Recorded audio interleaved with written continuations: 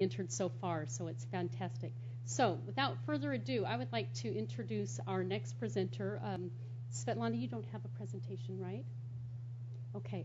I would like to invite, hopefully, a soon-to-be Globe partner up front to talk with us. We've got many partners who've been here for years. We have a brand new partner who just barely joined in with us, and then hopefully a future partner. So I'd like to introduce Svetlana Darsh from WestEd, and she's going to talk a little bit about WestEd and some projects that she's got in mind with Globe.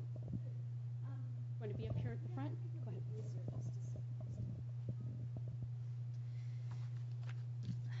Hi.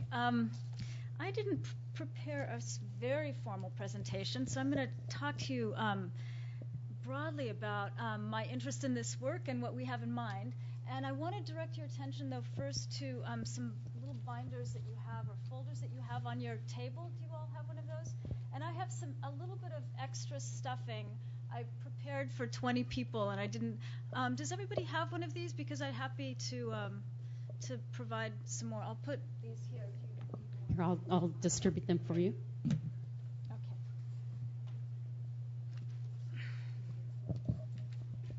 So my name is Svetlana Darsh. I'm from an educational research organization called WestEd.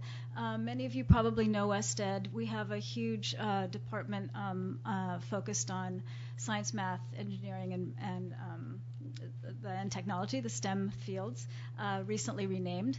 And I happen to be in the department called Health and Human Development. We're focused on high school reform and ensuring that the social emotional environment and contextual environment is conducive to learning. In that capacity, I've been involved for many years in what is called work-based learning in the field of career technical education. I actually came to the department with a contract from the California Department of Education to develop a needs assessment and then the state plan for career technical education in California. And as you know, there's been a resurgence of interest in career technical education throughout the nation, as many of the factors that we have come to roost that we've been predicting for a long time, which is that baby boomers are retiring and young people are coming out of high school ill-prepared to take on productive employment in their future. So my interest, as I mentioned, has been in largely in how we can use the workplace and the field to enhance classroom learning. Knowing what we do about brain development, about how people learn, we know that people learn a lot more effectively when they actually can be doing things. It happens also that there was a recent study that we conducted again for the State Department of Education on the expansion of a particular form of educational reform that is called career academies, or it's been recently renamed there's been a linked learning initiative.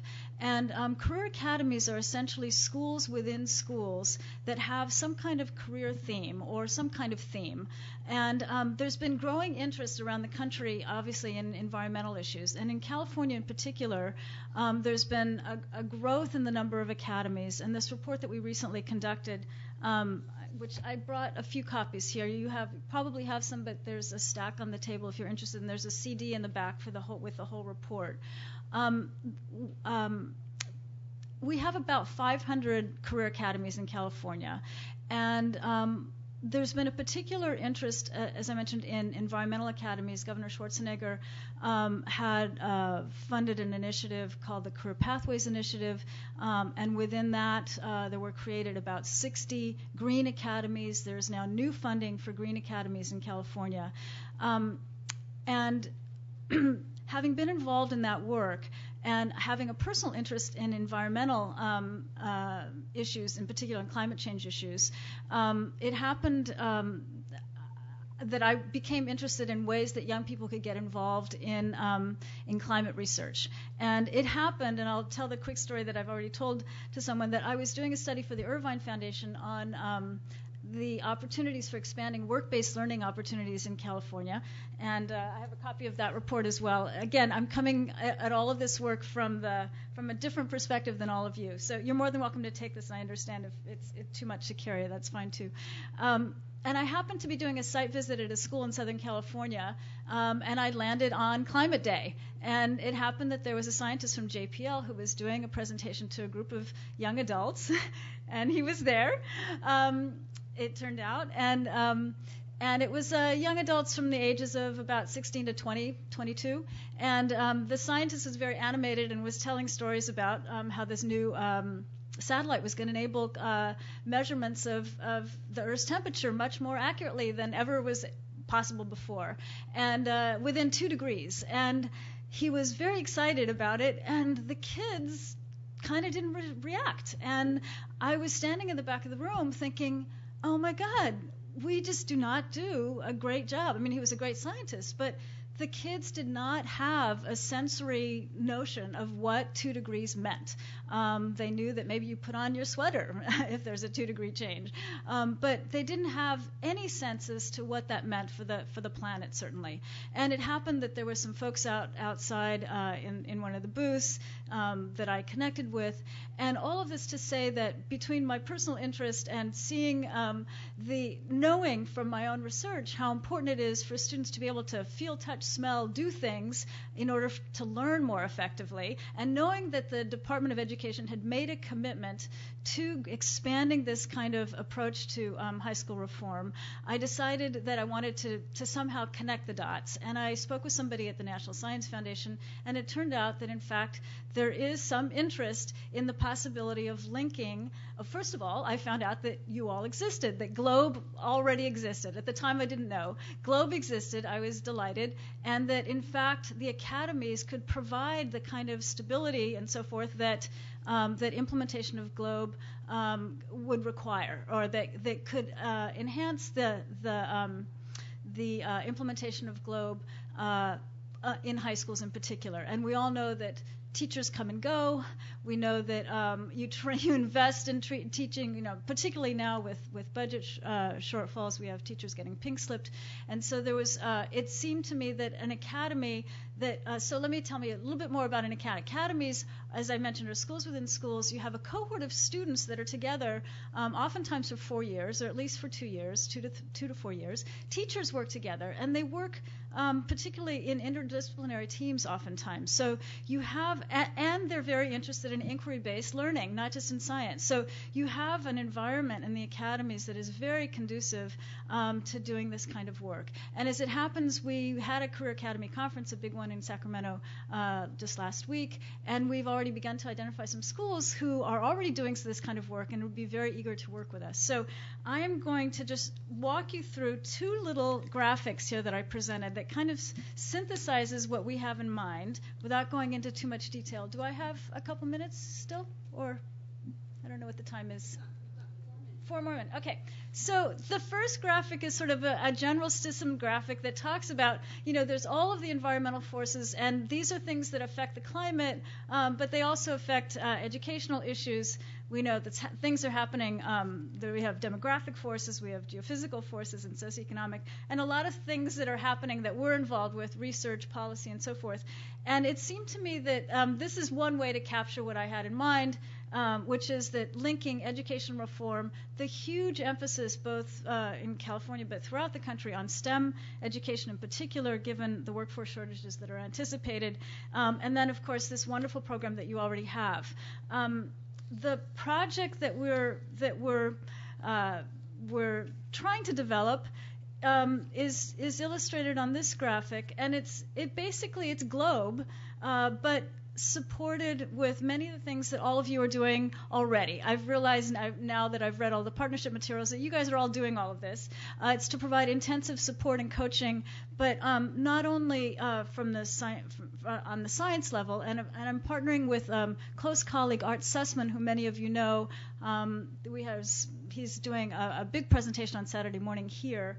So we'll be providing support on the science side, but we're also wanting to provide support to integrate back to in-class curriculum, linking back to the next generation science standards, and also integrate it fully into what's going on within the academy so that the concepts are being reinforced in the social science curriculum and in the English curriculum and the math curriculum in addition to the science class. So you have students working together, teachers working together to really not only get the kids out into the field to collect data, but to then work together with the math teacher, the statistics teacher, hopefully, to really make meaning of the data that they're collecting. So the other pieces, of course, is that we want to make sure that there's a piece on the ground so that the kids are translating the data collection that they're doing through the GLOBE protocols into meaningful experiences within their local communities. We have another partner with at UC Berkeley who has a very well-developed model for engaging college mentors and for having the students participate in actually doing needs assessments within their own communities so that the local projects that they select are based on a needs assessment process that they not only because there happens to be a creek nearby, but because they've determined that that's an important project to get involved with. And then I have a personal interest in wanting to make sure that the kids get linked to the international community. I started school, and English is not my first language, so I'm thrilled with the possibility of linking particularly inner city kids. One other thing about the academies that we're particularly focused on is that they have a requirement for funding, and they receive ongoing funding from the California Department of Education. They have a requirement that 50% of their kids be at risk. So you have kids that are from the inner city, and of course what's exciting about that is that we want to get these kids who often don't have these opportunities to start thinking about science as a future career. But those kids often are not linked. They are not the ones that get to do internships in Thailand because their parents find them an internship. These are kids. We have kids in Oakland who have never been across the bay, and I'm sure all of you have similar situations in your own communities. So it's an incredible opportunity for kids who live in inner cities to be able to connect with their peers in other countries, and of course now social networking and the web and so forth enable us to do that. So I'm very excited about these possibilities and welcome any input that you all have as we move forward. Any questions? Yes.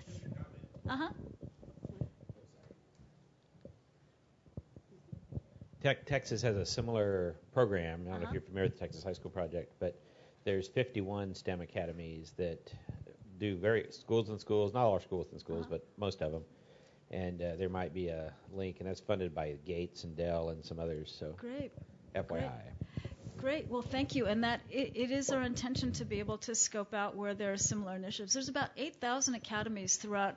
In fact, John mentioned that there might be an interest in knowing our partner organization. You'll see a little brochure. I'm going to be working very closely with an organization called the Career Academy Support Network. They're housed at UC Berkeley, but they have a database. Kazan? Yeah. They have a database that of academies all over the country. They're searchable, and of course, environmental doesn't always come up. You have to look by. So there's 15 industry clusters essentially. So environmental academies come up under engineering and utilities. It comes up under ag. It comes up not so much under health, but it's pretty intuitive. But you have to hunt a little bit. But we could put you in contact with academies throughout the country. If you would like to be able to connect with academies in your communities, I can't guarantee that there's going to be one next door, but I'd be certainly more than happy to try to put you in touch.